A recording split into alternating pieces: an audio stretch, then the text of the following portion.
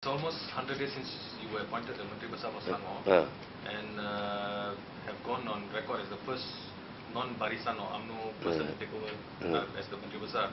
So what are the major policies and reforms you have initiated since? When we came in, people doesn't see the subtle difference. By electing us, the Rakyat has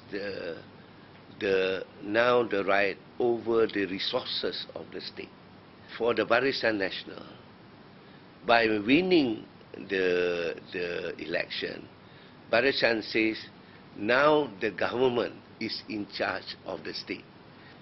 Pakatan Rakyat concept is the people now has the power to the state. Why these differences become important? Because every policy issues in the future, we will have to discuss from the Pakatan Rakyat view how this action benefited the Rakyat. From the Barisan Nasional point of view, when we are the government, they think they will have to decide for the Rakyat. We say we will think how the Rakyat wants. That subtle difference is very important in terms of philosophical. We are just the trustee of the Rakyat. That means the Rakyat give us the trust to manage the resources on their behalf. The difference is very highlighted in the issue of free water. A Barisan government will think privatization is good for the people. Then after that, I will decide how the privatization works. But Pakatan Rakyat will have to ask a fundamental question. How does this privatization really benefit the people? How much the entrepreneur benefited out of it? How much the state benefited out of it? How much the consumer and the people benefited out of this? In the redesigning the concept of privatization, you have last time only two parties. The government, as if representing the people, and the entrepreneur. But to us in Pakatan Rakyat, there are three parties. That means the government, that means the trustee or the manager, the entrepreneur, because they are interested in doing it. Third is the people. So all the three parties must see the benefit.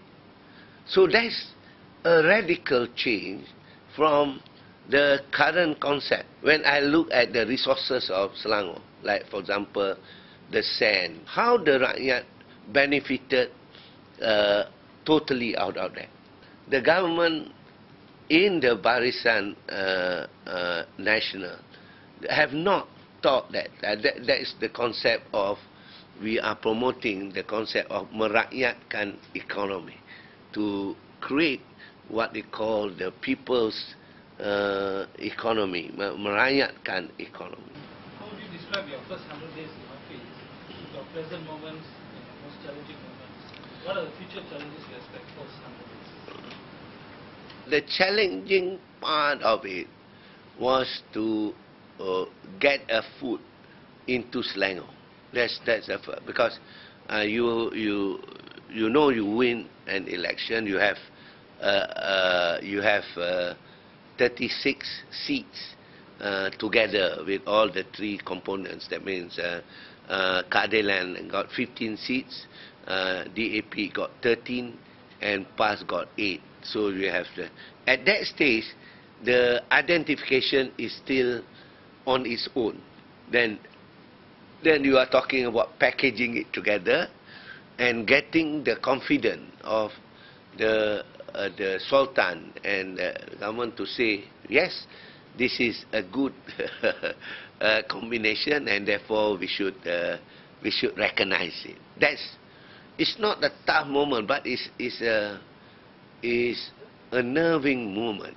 And it is not a shotgun marriage, but it is still a marriage of a group who understand each other, but haven't exchanged the ring. And of course, the ring has been exchanged. I would have given Datuk Sri Anwar and Kit Siang and Ustaz Hadi Well, certain credit for that ability I come from the corporate world. Is different.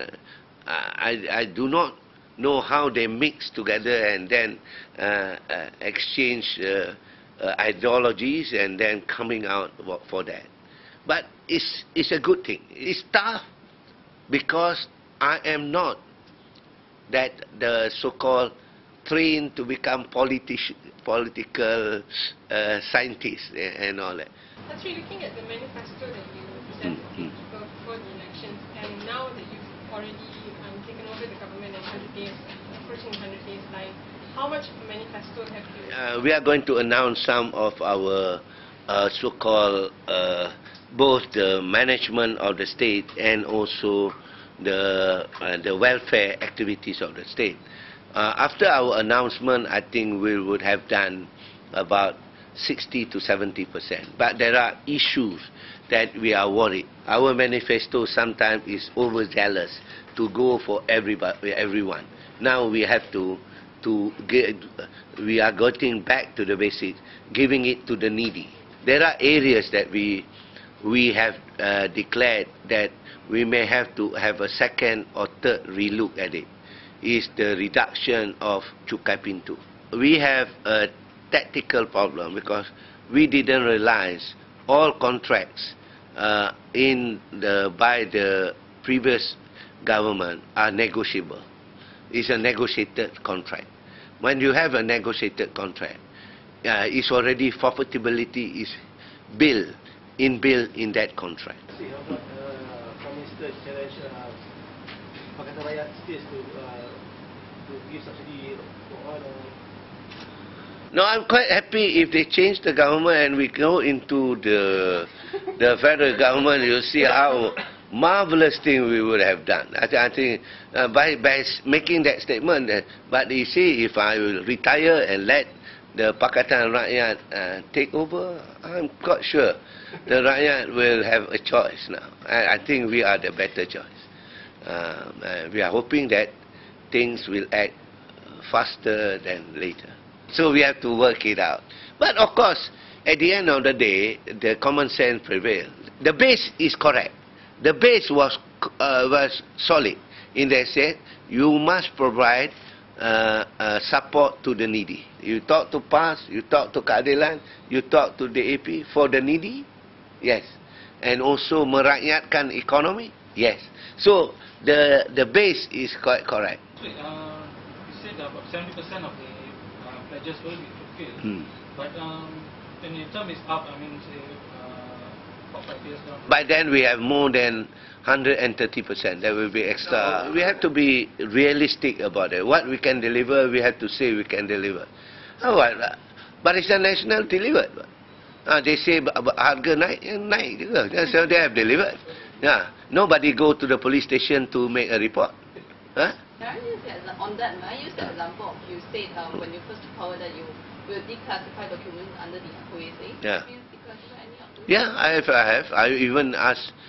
For example, there was an incident with the BPR. Then I told BPR, you are at liberty to come into our place and work together with us. That is a declassification exercise. But